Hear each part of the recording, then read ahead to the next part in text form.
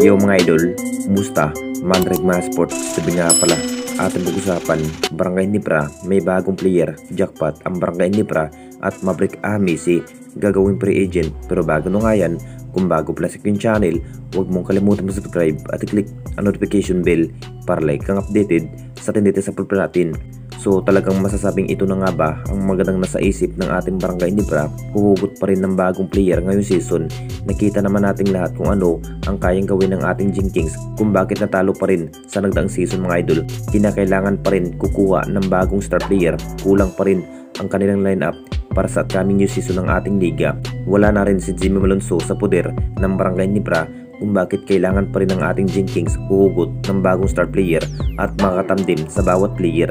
Ang plano pa rin, kukunin na nga ba ang nasabing player na si Wami Chungsun mga idol sa upunan ng ating Barangay Nipra.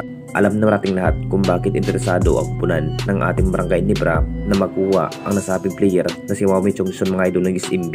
Isa pa rin si Wami Chungsun sa nagiging free agent ng SMB mga idol, kung bakit ang upunan ng Barangay Nipra ang kumuha para sa nasabing player na si Wami Chungsun. Hindi man katangkaran itong ang nasabing player mga idol, pero bawing-bawi naman sa kanyang outside shooting. Binigyan na nga rin ng magandang history ang kanyang dating kupunan na Tira Permajip, pero decision pa rin ni Wami Chungsun mga idol kung gugustuhin pa nga ba na maglaro sa poder ng ating Barangay Nipra.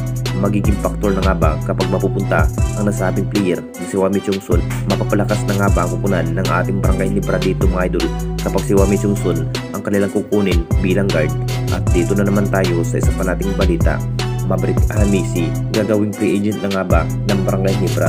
Alam na nating lahat mga idol, talagang ito na nga ba ang mas magandang plano ng ating Barangay Nipra na gagawing free agent ang nasabing player na si Maverick Ahmisi.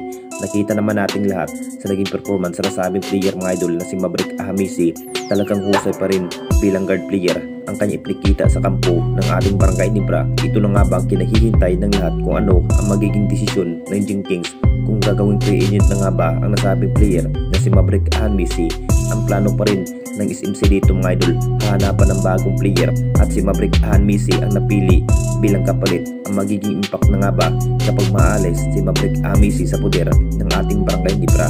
Kung titignan natin lahat mga idol, malabo pa rin na si Maverick Ahmisi ang gagawing free agent dahil maraming player na rin ang walang maambag sa kupunan ng Barangay Nipra, tulad nga kay Raymond Aguilar at Jason David.